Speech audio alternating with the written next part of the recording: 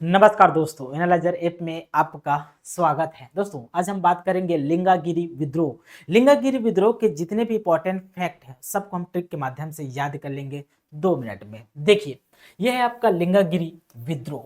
ठीक है, लिंगागिरी में एक शब्द याद रखना है, लिंगागिरी शब्द को याद रखना है। गिरी मतलब क्या होता है मेरे दोस्तों? तो गिरी मतलब होता है पहाड़। पहाड़, और पहाड़ में चढ़ने के लिए जिगरा चाहिए, 56 इंच का सीना चाहिए। जब भी हम पहाड़ में चढ़ेंगे, किसी भी गिरी में चढ़ेंगे तो 56 इंच का सीना चाहिए। ठीक ना? तो कब हुआ था दोस्तों यह विद्रोह? याद रखना है 56। छप्पन छप्पन से याद करना 1856 और 57 में हुआ था। ठीक ना? क्योंकि पहाड़ में चढ़ने के लिए 56 इंच का सीना चाहिए। जब भी हम पहाड़ में चढ़ते हैं तो दोस्तों हमको भ्रम हो जाता है कहीं गिर न जाए। भ्रम से याद रखना है दोस्तों भैरम देव। भैरम देव इसके क्या है? शासक थे। इस समय जब लिंगागिरी का विद्रोह हुआ था तो इस समय शासक थे भैरम देव। जब भी हम पहाड़ में चढ़ते हैं तो दोस्तों हमारे घुटने में, जिसे छत्तीसगढ़ी में कहा जाता है माड़ी, माड़ी में दर्द होता है। और माड़ी से याद करना, इस समय इसका नेतृत्व करता कौन थे? ध्रुवाराम माड़िया। माड़ी से माड़िया बना लेना है, ध्रुवाराम माड़िया।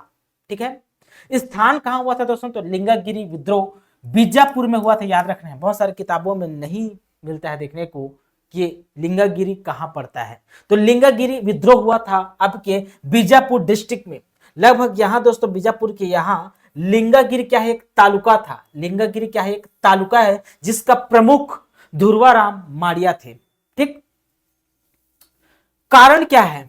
कारण क्या है? तो जो बस्तर है ना, बस्तर है, इस बस्तर को अंग्रेजी साम्राज्य में विलय कर दिया गया था, अर्थात गिरी से गिरा दिया गया था। यह हुआ आपका अंग्रेजी साम्राज्य।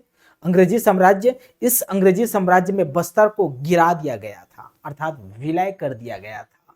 ठीक ना? इसी के विद्रोह में दोस्तों, इसी के विरोध में लिंगागिरी विद्रोह हुआ था। ठीक है जी, ये आपके कारण है। घटनाक्रम 3 मार्च 1856 को, 3 मार्च 1856 को चित्तलनार एक जगह है बीजापुर में। कहा है चित्तलनार? तो यहां पड़ेगा आपका चित्तलनार। इस चित्तलनार नामक स्थान पर एक युद्ध होता है।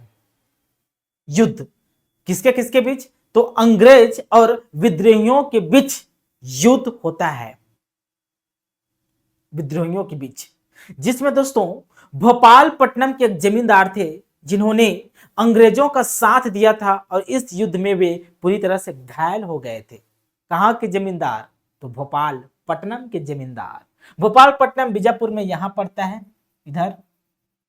ठीक ठीक, अंग्रेज वर्सेस विद्रोहियों के बीच क्या हुआ था? युद्ध हुआ था। परिणाम क्या हुआ? तो परिणाम यह हुआ दोस्तों, यह विद्रोह असफल हो गया। पूरी तरह से क्या हो गया? असफल। असफल विद्रोह था ये। असफल क्यों? क्योंकि 5 मार्च 1856 को ध्रुवाराम माड़िया को फांसी दे दी गई।